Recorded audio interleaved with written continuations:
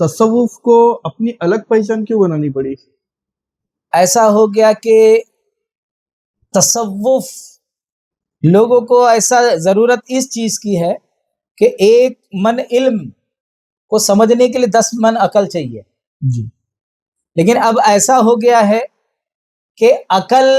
1 من اور علم 10 من ہو گیا ہے، جی، تو پورا نظام درہم برہم ہو گیا۔ جب یہ نظام جو درہم برہم ہو گیا ہے، اس نظام کے درہم برہم کے بعد جو اس نظام کو جن لوگوں نے صحیح کیا جی، تو انہوں نے کچھ تصوف کو الگ حیثیت نہیں دی، لیکن یہ درہم برہم نظام کے سامنے خود بخود تصوف جو ہے نمایاں نظر آنے لگ رہا ہے، جی، وہ یونیک نظر آنے لگ رہا ہے، بالکل، کیونکہ جو گئے یہ جو درہم برہم والا جو نظام ہے، لوگ ان کے جوابات سے، ان کے انداز سے، ان کے طریقے سے بے شک، سیٹسفائی نہیں ہو رہے ہیں، بے شک، ان کے قلب میں اطمینان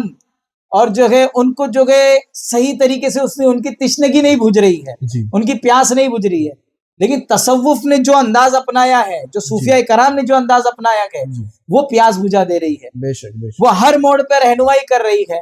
اور بے شک، کیوں نہ کریں، کیونکہ صوفیاء کرام حقیقی معنوں میں نبی دو جہاں صلی اللہ علیہ وسلم کے نائب ہے، اور سبحان نبی خاتم النبیین کے ایک حرف صبح قیامت تک کے لیے تشفی بخش جواب ہے۔ سبحان اللہ، تو یہ جو ہے جو ان کے جتنا حضور کے معنی کے قریب رہے گا جی، وہ اتنا پیاس بجھائے گا،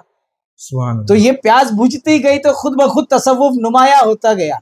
اور جی، یہ تصوف کے اندر لوگ اس لیے نمایاں نظر آنے لگے کہ پھر ان کی عادت و اطوار، یعنی جیسے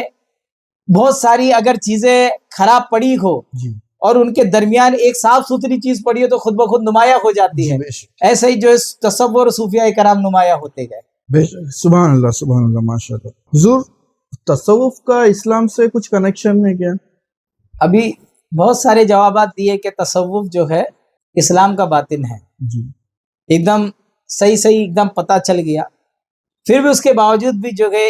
حدیث شریف کے اندر حدیث جبریل ہے جی،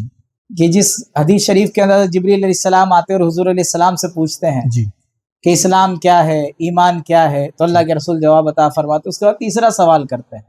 کہ احسان کیا ہے، جی، تو اللہ کے رسول صلی اللہ علیہ وسلم احسان کے جواب میں کہتے ہیں کہ آپ اللہ کی عبادت ایسا کرو کہ اس کو دیکھ رہے ہو، بے شک، بالکل، نہیں تو کم سے کم ایسا کرو کہ وہ تم کو دیکھ رہا ہے۔ بے شک، یہ جو دیکھنے دکھانے کی جو تعلیم ہے، جی، یہ رب کو دیکھ رہا ہوں، یہ جو مشاہدے کی اور یا وہ مجھ کو دیکھ رہا ہے مراقبے کی، یہی جو تعلیم و تربیت احسان ہے، اسی کے جو اسلام ہے جی، اس کے ڈیولپمنٹ اور اس کے چلنے، اس کے اوپر عمل کرنے والوں کو مسلم کہہ رہے ہیں، جی، ایمان ہے، ایمان کے اس کے اندر اس کو آگے ڈیولپ کر کے اس کے اندر چلنے والوں کو جو مومن کہہ رہے ہیں، جی، ویسے ہی احسان اور اس کے ڈیولپ کر کے اس کو آگے بڑھنے والوں کو صوفی کہہ رہے ہیں۔ سبحان اللہ، تصوف کا مطلب احسان، سبحان اللہ، یعنی رب کی جلووں تک رسائی حاصل کرنا،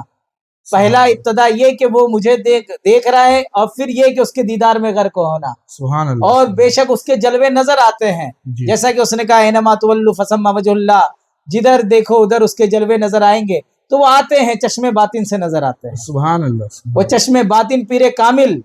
اپنے مریدوں کو عطا کرتا ہے، سبحان اللہ، وہ طریقہ کار ہے عطا کرنے کا جو مرید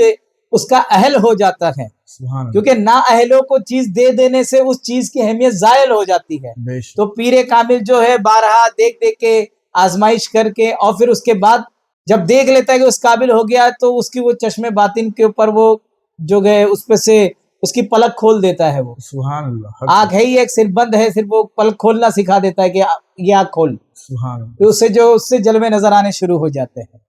ماشاء تو اللہ، جو ہے اسلام سے بہت تعلق ہے تصوف کا۔ حق ہے، حق ہے۔